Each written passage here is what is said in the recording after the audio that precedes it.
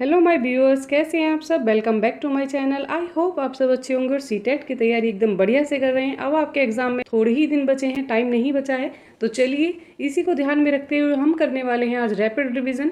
और आज हम करेंगे ईवीएस का रैपिड रिवीजन और इसमें हम करेंगे एनसीईआरटी बेस्ड क्वेश्चन जो बार बार एग्जाम में पूछे जाते हैं और ये क्वेश्चन एग्जाम में बनते ही बनते हैं। तो चलिए देर न करते हुए आ जाते हैं अपने क्वेश्चन नंबर 1 पर।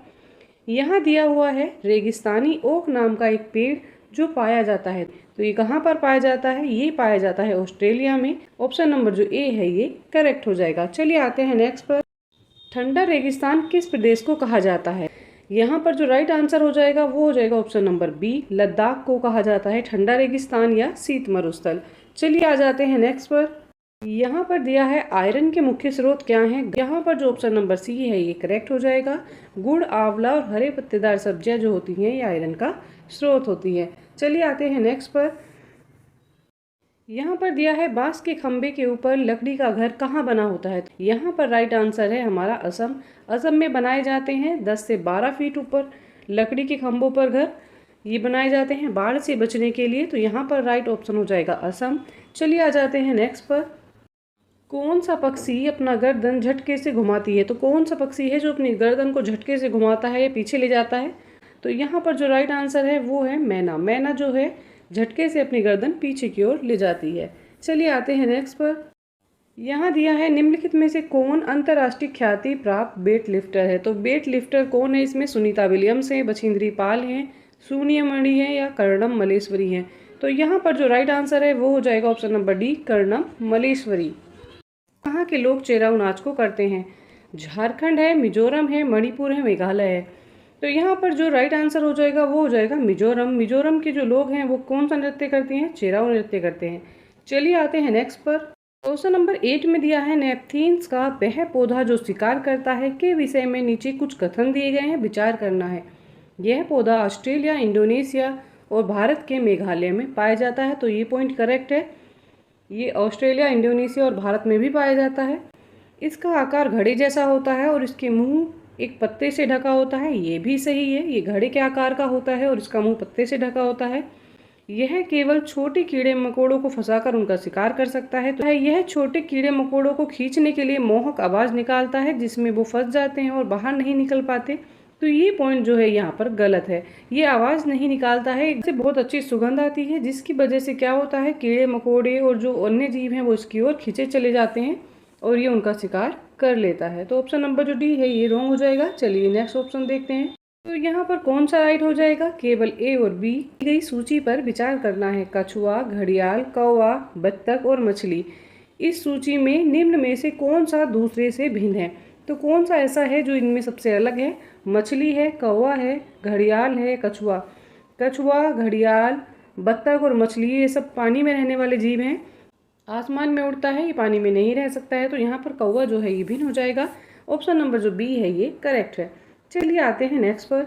निम्नलिखित में से उस त्योहार के समूह को चुनना है जो पूर्णिमा को मनाया जाता है। तो यहाँ पर जो राइट आंसर है वो है हमारा option number C, Holi, Rakshabandhan और गुरु नानक का जन्म दिवस जो है वो पूर्णिमा के दिन मनाया जाता है। चलिए आते हैं नेक्स्ट पर। यहाँ दिया है नीचे दिए गए शहरों में से किसी एक शहर में रेत के पहाड़ पाए जाते हैं जिन्हें रेत के टीले कहा जाता है। तो ये कौन सा शहर है। रेत के टीले अबू धाबी में पाए जाते हैं। नेक्स्ट देखते हैं। क्वेश्चन नंबर नेक्स्ट में दिया है कोई व्यक्ति 29 नवंबर 2019 को एक एक्सप्रेस ट्रेन से सूरत से नाइगरकोल जाने के लिए बैठ जाता है। यह ट्रेन सूरत से 19:45 पर चली और 1 दिसंबर 2019 को 11:45 पर पहुंची।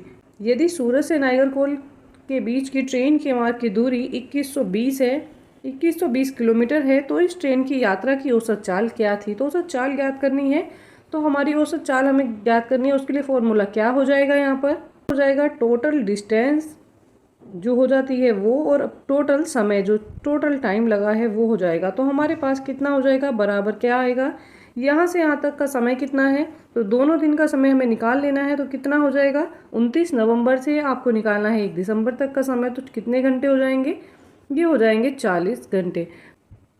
ये हो गए हैं टोटल टाइम, बराबर आ गया हमारा 40 घंटे।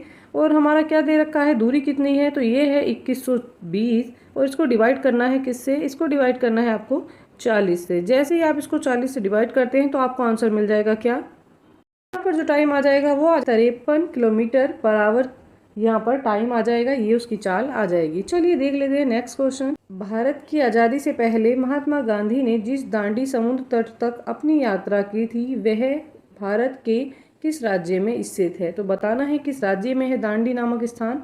डी है ये करेक्ट हो जाएगा। दांडी जो है वो गुजरात में है। चलिए आते हैं नेक्स्ट पर। निम्नलिखित में से किस राज्य में the Jim Corbett national park स्थित है। तो यहाँ पर जो राइट आंसर है वो है उत्तराखंड। उत्तराखंड में जिम कॉर्बेट नेशनल पार्क है। चलिए आते हैं नेक्स्ट।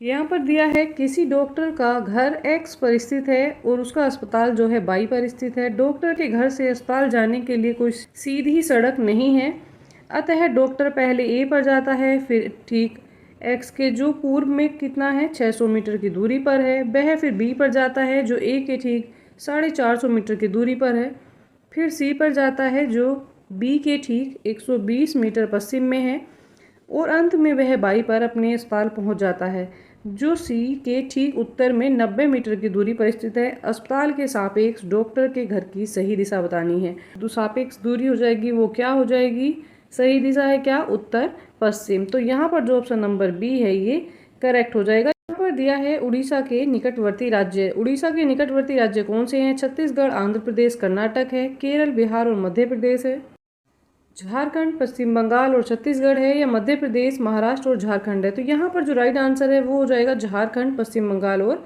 छत्तीसगढ़। ऑप्शन नंबर जो सी है ये करेक्ट हो जाएगा। चलिए आ जाते हैं नेक्स्ट पर। यहाँ पर दिया है बच्चों को पर्यावरण अध्ययन को सिखाने के लिए खोजने के द्वारा पर्याप्त समय दिया जाता है, यह इंगित करता है। तो यहाँ पर जो राइट आंसर हो जाएगा ऑप्शन नंबर जो सी है ये करेक्ट हो जाएगा। ये बाल केंद्रित होता है, इसलिए अगर बच्चे खोज के लिए जाते हैं, खोज करके सीखते हैं तो उसमें उन्हें टाइम लग जाता है, इसलिए उन्हें ज़्यादा समय दिया जाता है, तो ये बाल केंद्रित होता है। चलिए आते हैं नेक्स्ट पर। ये समूह में से किसी एक के समूह के समुद्र तट पर अरब सागर है। तो यहाँ पर जो राइट आंसर है वो हमारा क्या हो जाएगा, यहाँ पर जो राइट आंसर है वो हो जाएगा option number A Karnataka, Kerala और गुजरात। तो ऑप्शन नंबर जो ए है ये करेक्ट है। चलिए आ जाते हैं नेक्स्ट पर।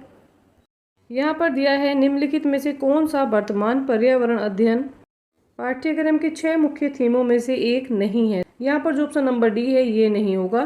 काम और खेल जो है ये पाठ्यक्रम की थीम में नहीं है। चलिए आते हैं नेक्स्ट पर।